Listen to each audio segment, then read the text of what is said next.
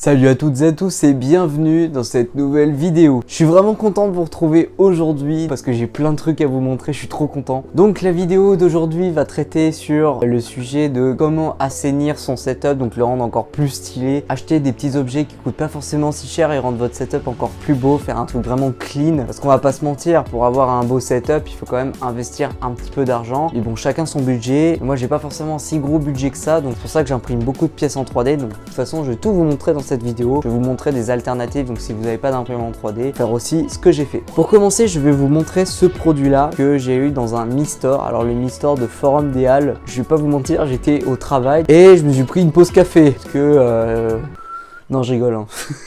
Je travaille un peu quand même. Commencez pas à critiquer, à juger là. Oh. Bref, je suis allé dans le magasin de Xiaomi parce que leurs produits m'intéressaient. Ils ont vraiment une gamme de produits très intéressante et surtout une belle gamme de LED. Et étant fan de la tech, c'est vraiment agréable de voir un personnel investi comme ça. Ils connaissent vraiment leurs produits par cœur, ils vont pas lire la fiche technique devant vous. Et oui, j'ai déjà vu ça. En plus, vous avez de la chance, le Mi Store vous propose 5% de réduction sur votre ticket. Donc pour ce faire, vous avez juste à dire que vous venez de ma part, donc de The End, et c'est pas plus compliqué que ça. Donc déjà, rien que pour ça, merci beaucoup au Mi Store des Halles. Il y a plusieurs règles pour avoir le setup le plus propre et le plus clair possible. Premièrement, ce sont les écrans. C'est l'un des éléments qu'on voit le plus sur votre setup. Après, ça dépend de votre configuration. Moi, c'est vraiment ce qu'on voit le plus. Donc c'est vraiment quelque chose qu'il faut soigner. En l'occurrence, moi, j'ai deux écrans Dell 27 pouces 144 Hz incurvés et j'avais laissé les pieds d'origine. Sauf que le problème de ces pieds, c'est que ça me faisait perdre beaucoup de place sur mon setup. Je pouvais pas poser mon ordinateur comme je pouvais et surtout il y avait plein de câbles qui se baladaient, c'était pas terrible. Donc pour une vingtaine d'euros sur Amazon, j'ai décidé d'acheter un support multi-écran qu'on a juste à fixer simplement sur le bureau en bas et bah, c'est tout. Quand on ouvre le paquet et qu'on voit le nombre d'éléments qu'il y a à l'intérieur, on pourrait croire que c'est très compliqué de monter ce support écran, sauf que non, c'est très simple à monter, même si la notice est pas très lisible. La seule chose que je peux vous recommander, c'est d'être à deux pour monter le support écran parce que c'est très compliqué à la fois de tenir les écrans et puis de faire les réglages derrière. Même si ça reste possible de le faire tout seul, je vous recommande quand même d'être à deux.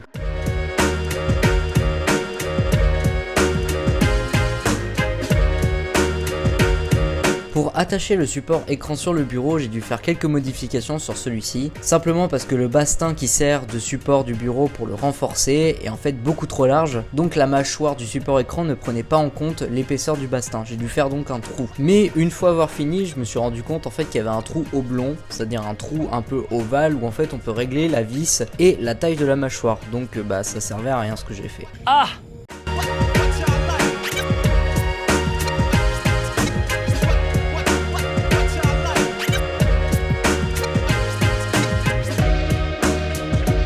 Comme vous pouvez le voir là, ça fait vraiment plus propre. On n'a plus rien qui passe en dessous. Là par exemple, j'ai posé mon ordinateur, donc ça fait vraiment plus propre. On peut poser plus de choses, ça fait moins bordel. Et l'avantage que j'ai par rapport à avant, c'est de pouvoir connecter le Mac sur les deux écrans ainsi que le PC gaming. Pour la suite, on va parler d'éclairage. Là aussi, c'est très important. C'est ce qui va donner une ambiance dans votre setup ou dans votre chambre actuelle. Et comme vous pouvez le voir dans mon cas, je manque pas de RGB. J'ai des LED relativement partout, y compris celle-ci. Alors ce sont des LED qui sont dans un profilé en plastique et que j'ai fabriqué assez facilement. D'ailleurs, je vais vous mettre le lien de la vidéo où je l'ai fabriqué en description si vous êtes intéressé. Et du coup, j'utilise un ruban LED adressable exactement comme derrière moi. Voilà, juste ici, alors on a le même ruban LED. En plus, je peux rajouter une ambiance blanche avec justement cet éclairage qui est vraiment sympa. Et là-haut, j'ai mis des ampoules qui sont connectées. Et justement, ces deux lampes de chez Xiaomi vont aider la partie active de mon setup à donner un peu de peps. Le rendu va vraiment être ouf, j'en suis sûr. D'ailleurs, ces bedlights sont compatibles Google Assistant, Alexa et HomeKit. C'est très rare d'avoir du HomeKit sur ce genre de produit. Franchement, c'est étonnant. Dans la boîte, nous avons de fourni un adaptateur secteur 12 volts 0,8 A. Sauf que sur les prises, j'ai plus de place. Donc en attendant, je vais les brancher de chaque côté du bureau pour les configurer. Mais après, donc je vais devoir trouver une solution pour les brancher sans utiliser les prises.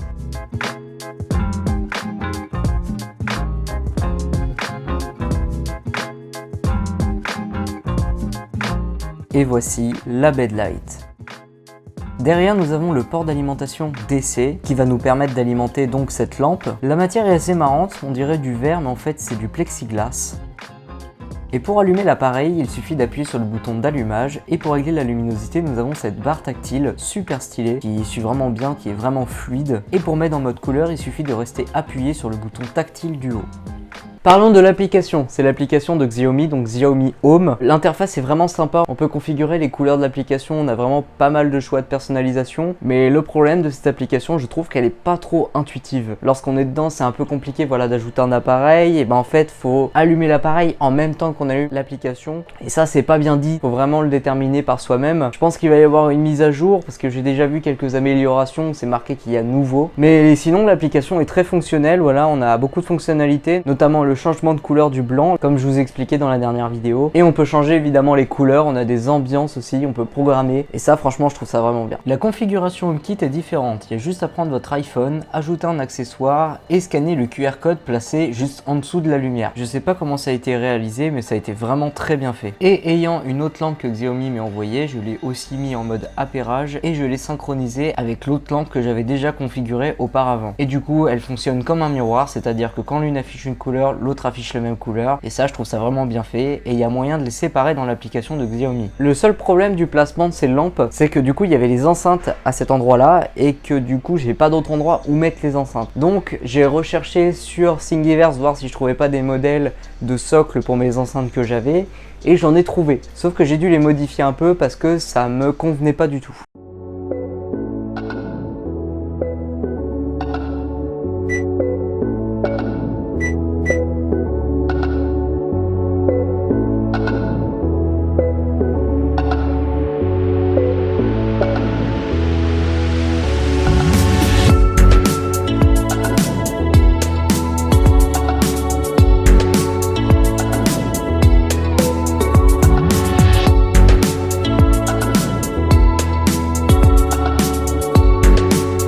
Au départ, pour attacher les équerres, j'ai utilisé des chevilles rigides standards, mais le problème c'est que la cheville touchait l'autre mur, tellement celui-ci était fin. J'ai donc pris des chevilles mollies.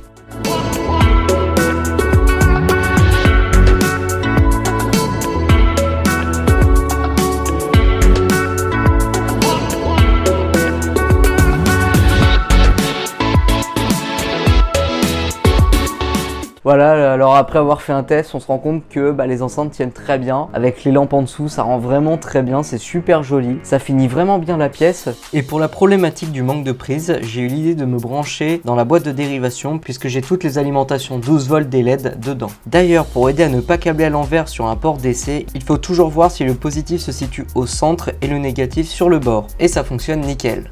Passons à la dernière partie maintenant, le câble management.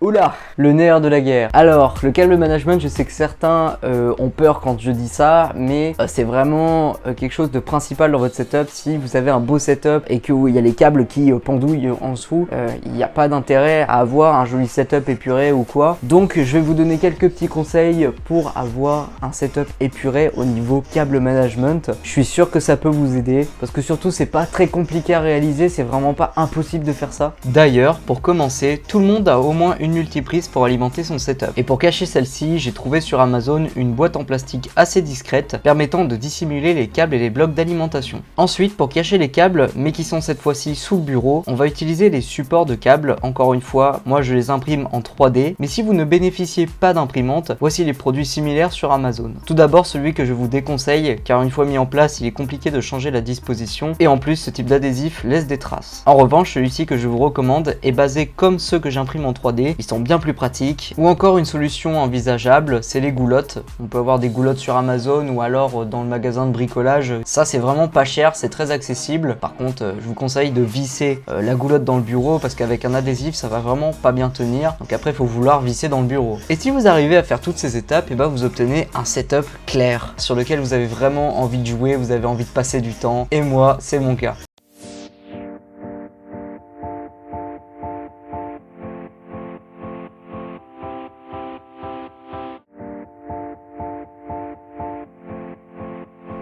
Donc voilà, j'espère que ma vidéo vous aura aidé sur votre setup pour l'éclaircir au mieux. Si la vidéo vous intéresse, n'hésitez pas à vous abonner et à liker la vidéo. Et on se retrouve à la prochaine pour un nouveau projet. Allez, salut!